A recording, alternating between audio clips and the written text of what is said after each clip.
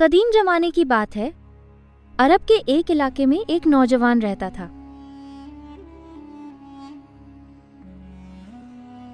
وہ نماز روزے کا پابند تھا، مگر اپنی ماں کی خدمت میں سستی کرتا تھا۔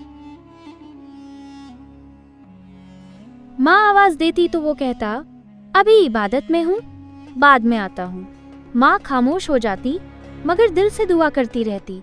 ایک دن وہ نوجوان مدینہ منورہ پہنچا اور رسول اکرم حضرت محمد صلی اللہ علیہ وسلم کی خدمت میں حاضر ہوا۔ دل میں خواہش تھی کہ کچھ سوال کرے، کچھ سنے، کچھ سیکھے۔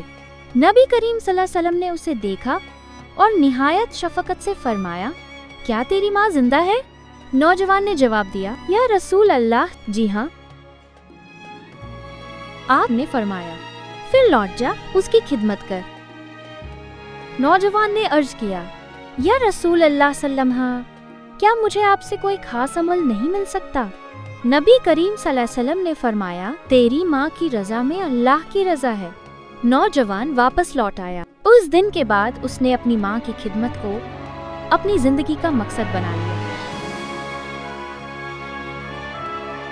پانی لاتا، دوا دیتا، خاموشی سے کام کرتا اور کبھی شکایت نہ کرتا۔ کچھ عرصہ بعد وہ دوبارہ مدینہ آیا۔ نبی کریم صلی اللہ علیہ وسلم نے اسے دیکھتے ہی فرمایا، تم پر سلام ہو اور تمہاری ماں پر بھی سلام ہو۔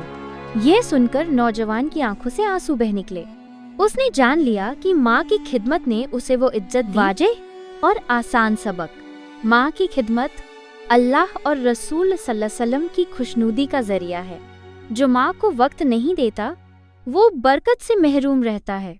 نبی کریم صلی اللہ علیہ وسلم نے عبادت سے پہلے ماں کی خدمت کو ترجیح دی۔ ماں کی دعا انسان کو سلامتی تک پہنچا دیتی ہے۔ اگر تم چاہتے ہو کہ نبی صلی اللہ علیہ وسلم کی طرف سے سلام ملے تو اپنی ماں کے قدموں کے پاس بیٹھ جاؤ، کیونکہ ماں کی خدمت وہ راستہ ہے جو سلامتی تک جاتا ہے۔